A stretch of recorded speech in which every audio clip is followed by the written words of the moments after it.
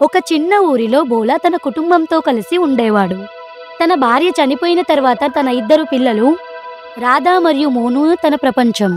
బోలా తన మొత్తం జీవితంలో కష్టపడుతూనే ఉన్నాడు, ఎందుకంటే వాళ్ళ పిల్లలకు మంచి జీవితాన్ని ఇవ్వడానికి.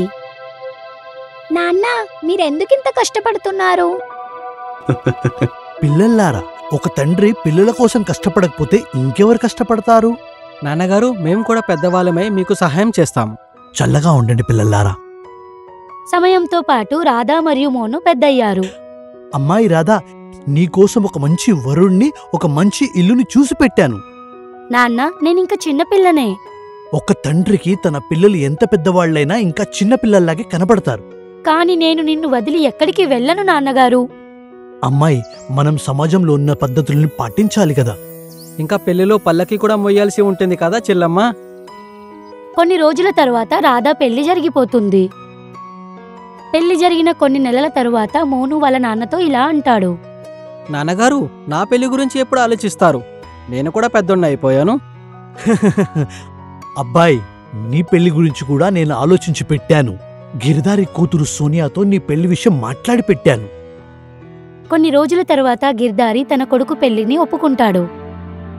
ఇలా చూస్తూ ఉండగానే సోనీ మరియు మోనుది పెళ్లి జరిగిపోతుంది. 2 పెళ్లిల తరువాత కొన్ని సంవత్సరాలకి బోలా అనారోగ్యం పాలవుతాడు. నాన్నగారు, మిమ్మల్ని డాక్టర్ దగ్గరికి తీసుకువెళ్తాను. ఒకరోజు తనని ఆసుపత్రిలో చేరుస్తారు. మీ నాన్నగారికి చాలా ప్రమాదకరమైన రోగం వచ్చింది.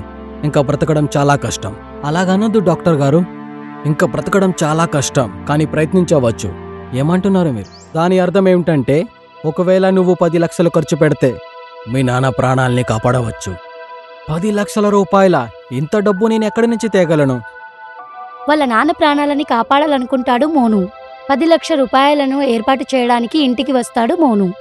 సోనీ, నాన్న ప్రాణాలకి ప్రమాదం ఉంది. డాక్టర్ గారు అన్నారు తనని కాపాడుకోవాలంటే 10 లక్షల రూపాయలు సిద్ధం చేసుకోమని.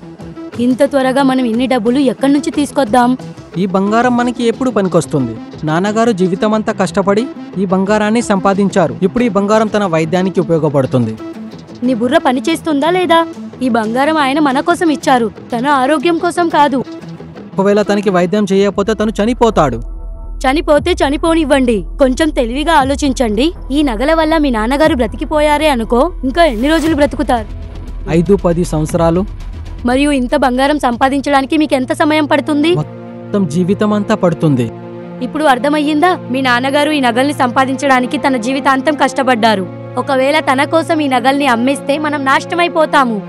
భార్య మాటలు విన్న తరువాత మోను ఆసుపత్రిలో డబ్బులు ఖర్చు పెట్టలేదు. కొన్ని రోజుల తరువాతనే బోలా చనిపోతాడు. బోలా చనిపోయాడు అని తెలియగానే అందరూ దుఃఖంలో మునిగిపోతారు. ఇంతలోనే వాళ్ళ కోడలు ఇలా అంటుంది. మామయ్య, మిమ్మల్ని కాపాడుకోవడానికి మేము ఎన్ని ప్రయత్నాలు చేశాము. నేను నా నగలను అమ్ముదామని అనుకున్నాను, కానీ ఏం ప్రయోజనం లేదు. ఆ నాన్నగారు, సోనీ కూడా ఇదే అందినా. సాయంత్రం వేళలో బోలాని తీసుకొని వెళ్తున్నారు. రామనామం సత్యం సత్యం, రామనామం సత్యం సత్యం, రామనామం సత్యం సత్యం, రామనామం సత్యం సత్యం. బోలా పాడని తీసుకొని అందరూ శ్మశానం వైపుకు వెళ్తూ ఉన్నారు. అప్పుడే అనుకోకుండా దారిలో షేర్ సింగ్ కలుస్తాడు. శవాన్ని ఇక్కడే ఆపేయండి. సర్పంచ్ గారు, అంత్యక్రియల్ని ఎందుకు ఆపాలి? మాతో ఏమైనా తప్పు జరిగిందా? తప్పు నీ వల్ల కాదు, నీ తండ్రి వల్ల జరిగింది. మా నాన్నగారితోనా? మా నాన్నగారితో ఏం తప్పు జరిగింది సర్పంచ్ గారు? మీ నాన్న నాకు 10 లక్షలు ఇవ్వకుండానే చచ్చిపోయాడు. 10 లక్షలా? మీ నాన్న నా దగ్గర నుంచి 10 లక్షల రూపాయలు అప్పు తీసుకున్నాడు.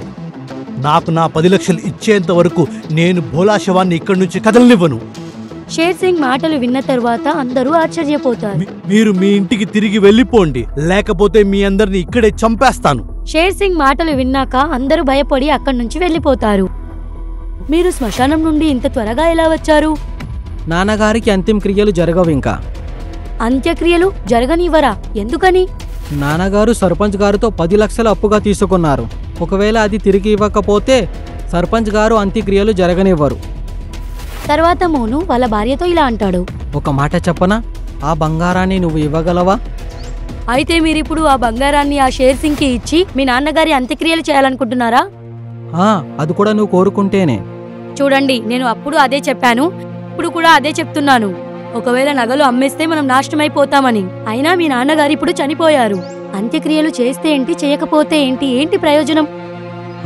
సర్పంచ్ గారు మన నాన్నగారి శవాన్ని ఏం చేసుకుంటారు? నేను నిజమే అంటున్నావు సోని. ఇప్పుడు మన బంగారాన్ని సర్పంచ్ గారికి ఇవ్వకూడదు. నాన్నగారి అంత్యక్రియలు జరిగినా జరగకపోయినా. మోను తన భార్య మాటలను విని షేర్ సింగ్ కి డబ్బులను ఇవ్వడానికి వెళ్ళడు.